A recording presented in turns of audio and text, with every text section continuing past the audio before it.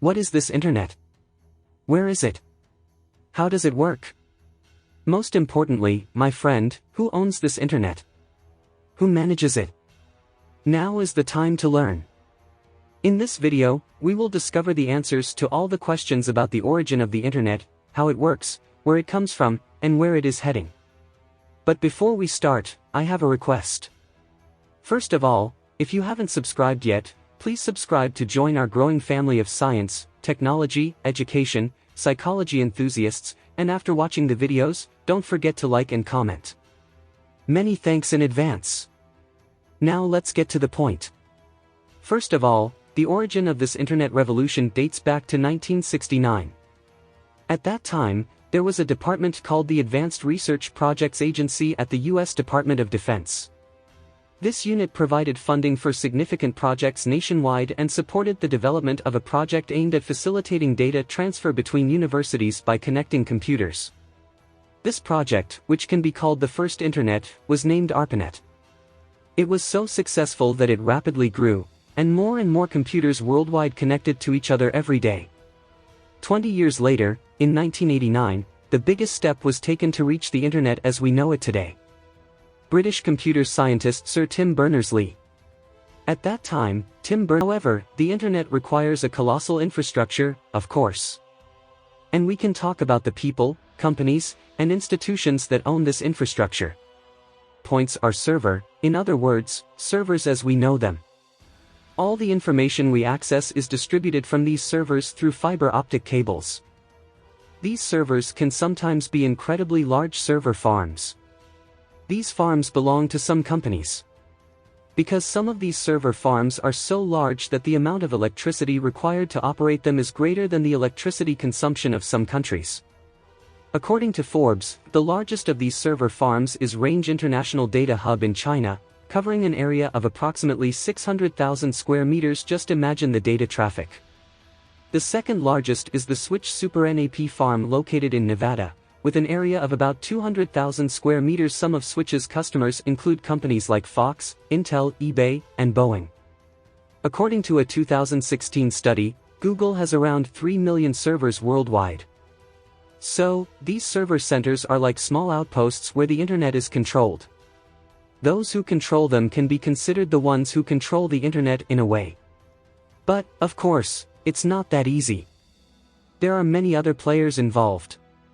For example, internet service providers, such as Turkish Telecom, Super Online, etc. These companies can be considered the owners of the cables that extend from these servers to our homes. They are the owners of the most crucial part of the network for us. These cables are very important. They pass under the seas, cross oceans. Usually, these are fiber optic cables. What is the difference between fiber optics and regular cables? In fiber optics, data is transmitted with light instead of electricity, so it is much faster, as you might guess. So, why aren't there fiber optic cables everywhere? Why can't everyone access fiber internet? The answer is simple, actually. Because it's very expensive. Installing and managing these cables is very expensive. Despite this, there is a huge global network of fiber optic cables that connects all corners of the world, crossing seas and oceans. Its name is FLAG, which stands for Fiber Optic Link around the globe. The total length of this cable network is more than 28,000 kilometers, starting from North America and reaching the UK, then Japan, and India.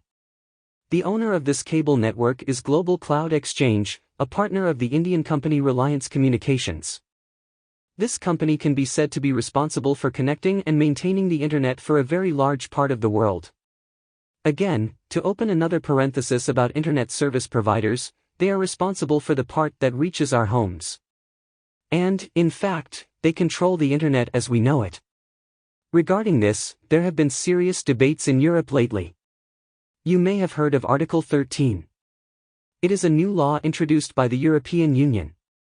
In summary, even the memes or GIFs you use will be covered by copyright with this article. And domain names. It manages this traffic. So, without ICANN, we would all be lost. No one could find anyone, we can say. But ICANN itself says this, no individual, organization, or state can control the internet. So, if we look at what we've talked about so far, there are other elements necessary for the smooth operation of the internet. But from our perspective, we can share information on the internet as we wish. It has made us more free than ever. However, there are mechanisms that control what we share. Companies and governments work together to make the internet the best it can be and to ensure the free sharing of information. But these collaborative efforts do not always proceed smoothly. We, too, are among those who experience how access to information can be restricted from the forefront. Especially, if only something other than saying, "We miss you so much," to Wikipedia could come to our hands. Still, the internet has created a revolution in our lives. It has fundamentally changed the world.